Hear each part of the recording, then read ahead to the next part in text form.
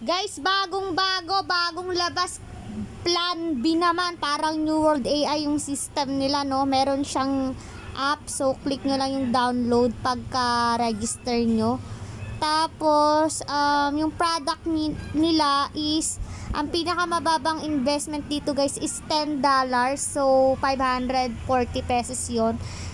Daily income is $1.2. Tapos, andito pa yung mga ibang amount nila. May $20, ganyan $30. Then, check natin yung minimum withdrawal nila. Ang minimum withdrawal nila is $2. Tapos, merong withdrawal fee na 5%. So, try natin to habang bago pa para pumaldo tayo katulad sa New World AI, Yokars. Para sana magtagal pati yung Fidelity and yung Jump Mining. So, sa Jump Mining guys, no, bagong-bago lang yon. Kahapon nag-recharge ako, nakapag-withdraw na ako. Kaya, sinabayan ko na kasi bago pa dahil talo yung laging nasa huli guys. Kaya para pumaldo tayo, unahan na natin to, no? Sila naman yung iskamin natin, no? At makabawi tayo dito guys.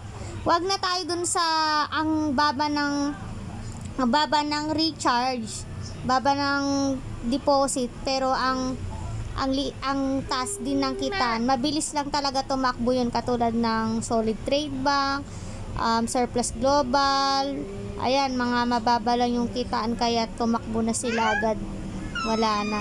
So yun lang guys, invest what you can afford to lose. Ilalagay ko sa pinned comment ko yung link ko, and i-update ko kayo dito pag nakapag-deposit na ako at saka nakapag-withdraw na. Yun guys, basta magre-recharge ako dito kasi may nakausap na ako dito sa Telegram na may cashback daw kapag nag-deposit ako.